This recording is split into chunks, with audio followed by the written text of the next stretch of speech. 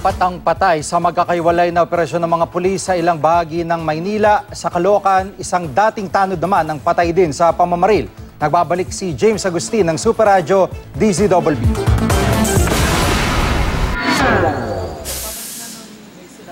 Target ng bypass operation ng umano'y tulak na si alias Marlon at ang lalaking kasabwat niya. Pasado alas 3 sa madaling araw, nagpanggap daw ang isang pulis at bumili ng 200 pisong halaga ng shabu mula sa dalawang sospek sa Quirino Avenue, corner Adriatico Street sa Malate, Maynila.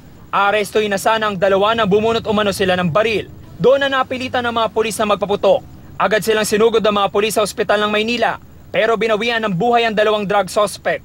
Bukod sa isang sachet ng umano'y shabu ay may nakuha ang 2 kalibre 38 sa pinangyarihan ng operasyon. Sa Baseco compound sa Maynila, nagroronda ang mga pulis nang maispatan ng dalawang lalaki. Isa raw sa kanilang may hawak na baril. Nagkahabulan, pinaputukan ng pulis ang dalawa. Dead on arrival sa ospital ang dalawang lalaki. Nakuha mula sa kanilang isang sachet ng hinihinalang shabu, isang kalibre 38 at improvised pen gun.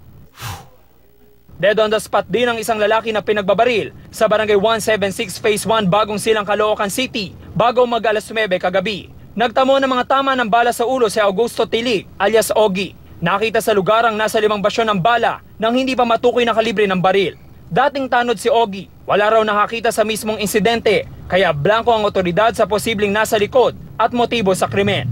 Pero ayon sa dati niyang katrabaho, dati ko siyang tanod. So ngayon, na-rehab nga siya. So ngayon, tinanggal ko na dahil mismo ang pamilya niya nagparehab dyan. Ito si James Agustin ng Super Radio DZBB para sa News TV Quick Response Team.